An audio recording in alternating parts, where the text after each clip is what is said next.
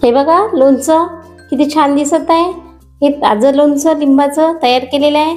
अगदी गावाकडील पद्धतीने झटपट लोणचं होते। हे असं लोणचं ताटाची शोभा आणि तोंडाची चव वाढवते। एक वेळ करून बघा, तुम्हाला नक्कीच आवडेल। नमस्कार, त्रिगुणास किचन मध्ये आज आपण करणार आहोत अगदी झटपट होणारं लिंबाचं लोणचं।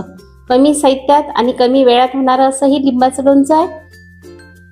त्यासाठी मी लिंब घेतले, लिंब स्वच्छ धुवून घेतले आणि कॉटनच्या कपड्याने पुसून घेतले। आता हे लिंबू कापून घेते मी।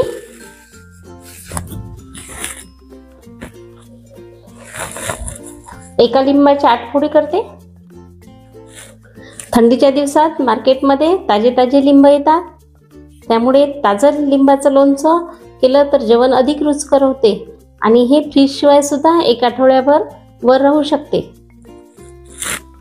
लोणच्यात टाकण्यासाठी अगदी कमी साहित्य पाहिजे।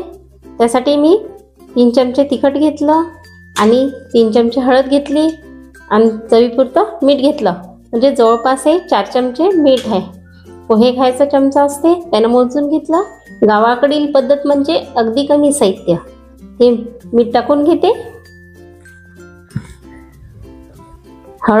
हळदीमुळे लिंबाचं लोणचं टिकून राहते। आणि तिखट मिक्स करून घेते। हे लोणचं खूप छान लागते आणि जेवणात जर असं लोणचं असलं तर अजून जेवण आपल्याला जास्त जाईल। तुम्हाला जर माझे रेसिपीज आवडत असतील तर माझ्या चॅनलवर नवीन असाल किंवा अजूनपर्यंत तुम्ही सबस्क्राईब केलं नसेल तर सबस्क्राईब करा, व्हिडिओला लाईक करा आणि शेअर करा। आणि हो, कमेंट्समध्ये सांगा तुमचं लिंबाचं लोणचं कसं झालं आणि तुम्हाला आवडलं का नाही आवडलं। असं हे लोणचं हे बघा अगदी झटपट कमी साहित्यात तयार होते।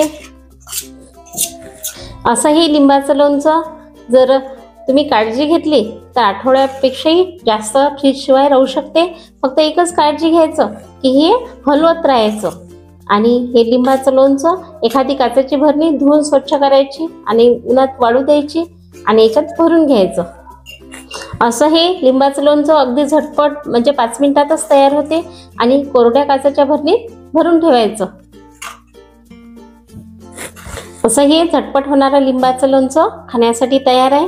फक्त एकच काळजी घ्यायची की दुसऱ्या तिसऱ्या दिवशी याला चमचा देऊन खालचं वर करत राहायचं।